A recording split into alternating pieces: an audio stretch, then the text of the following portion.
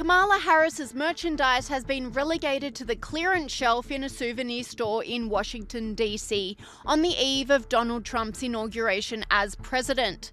Sky News host Rita Panahi, who is in Washington for Trump's inauguration, came across the fire sale stock, revealing Kamala Harris mugs reduced from $8.99 to $3.38 and keep cups reduced from $13.99 to $6.98 in an effort to clear stock before President Trump takes over on Monday. All merchandise from the official Harris Walt store has also been taken off the website, leaving it empty. The Barron store is a stark contrast to Donald Trump's merchandise web store, which is packed full to the brim with a range of gifts and merchandise with the Trump branding for the entire family.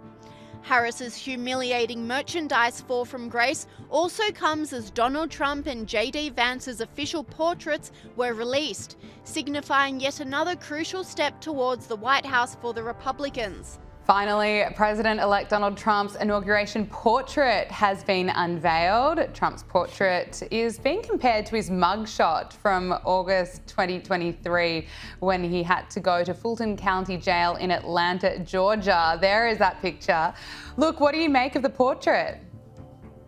It's great. It's intimidating. It's dominating. It looks like the guy that wrote the book, Art of the Deal. If they had to remake Art of the Deal and give it a new cover, they should put that picture. I mean, that is a person that I do not want to be negotiating against if I'm sitting at a table. So, I love it. And it shows that he is a dominant human being. People don't want to admit that sometimes. They don't want to admit that Trump is not dominant. He is. So the haters can hate, but that picture says a lot. And it says that, listen, he means business when it comes to geopolitical relations with the rest of the world. Yes, he does. And we are seeing the impact of that already. Alex Stein, it is so great to speak with you. Thanks so much for joining us on Power Hour. Always a pleasure. Thank you for having me. And the Democrat merchandise fire sale came as Joe Biden gave his final farewell address to the nation, including ominous warnings for the future of the country, which were slammed by the media and online commentators. I know, right? But yes, for another day or two, Joe Biden is still technically the president of the United States. And it turns out that right up to the end, he is still the same old Joe.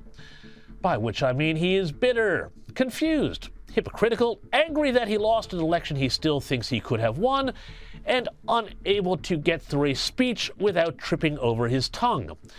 Now, a little over 24 hours ago, Biden gave his farewell address from the Oval Office. And I think I speak for many when I say, don't let the door hit you on the way out, Mr. President. Why? Well, check this out. Here's Joe Biden, the man who got his start in politics essentially by representing Delaware Incorporated credit card issuers, and he was built a startlingly fine real estate portfolio on a public servant's salary, worrying about the concentration of wealth and power in American politics. I want to warn the country of some things that give me great concern. This is a dangerous concentration, and that's a dangerous concentration of power in the hands of a very few ultra-wealthy people. The dangerous consequences if their abuse of power is left unchecked. Now, you don't have to be Nancy Drew to realize that this was a shot at people like Elon Musk. But remember, this guy, Joe Biden, well, just a week or so ago, he gave the Presidential Medal of Freedom to George Soros via his son Alex. Soros is a guy who has used his billions to interfere in politics around the globe.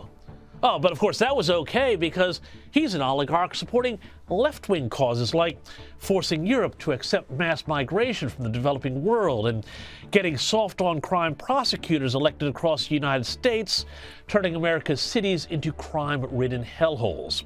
So again, well, that's okay. But hey, God forbid a man like Musk wants to go to Mars and let people say what they want on social media. Anyway,